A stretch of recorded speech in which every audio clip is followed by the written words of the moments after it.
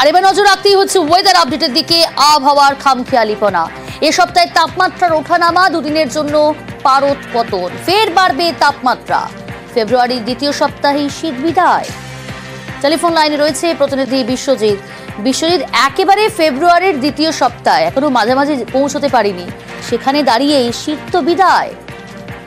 একদমই, দক্ষিণবঙ্গে এই তাপমাত্রার খেলা চলবে, তবে উত্তরবঙ্গে আগামী 4-5 দিন কোনো তাপমাত্রা পরিবর্তন নেই, স্বাভাবিকের কাছাকাছি রয়েছে তাপমাত্রা। দক্ষিণবঙ্গের ক্ষেত্রে আগামী কাল অর্থাৎ মঙ্গল ও বুধবার এই দুদিন তাপমাত্রা নামতে পারে 2 থেকে 3 ডিগ্রি, কোথাও কোথাও 4 ডিগ্রি পর্যন্ত তাপমাত্রা নামতে পারে। অর্থাৎ কলকাতার ক্ষেত্রে যদি আমরা ধরি তাহলে 22 ডিগ্রি সেলসিয়াসের ঘরে তাপমাত্রা, সেটা বড়জোর 18 ডিগ্রি সেলসিয়াসের ঘরে নামতে পারে।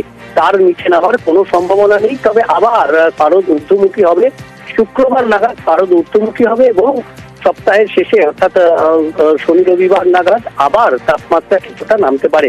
অর্থাৎ এই তাপমাত্রার ওঠানামা এই সপ্তাহে চলবে।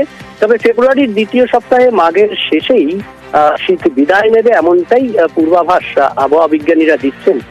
উত্তরবঙ্গ বা দক্ষিণবঙ্গে কোথাও বৃষ্টির সম্ভাবনা নেই। যে ঘন কুয়াশার দাপট ছিল, আগামীকাল থেকে পরিষ্কার আকাশের কারণে সেই ঘন কুয়াশার দাপটও কমে যাবে, কোথাও কোথাও হালকা মাঝারি কুয়াশা থাকতে পারে। তবে দক্ষিণবঙ্গে তাপমাত্রার ওঠানামার খেলাটা চলবে।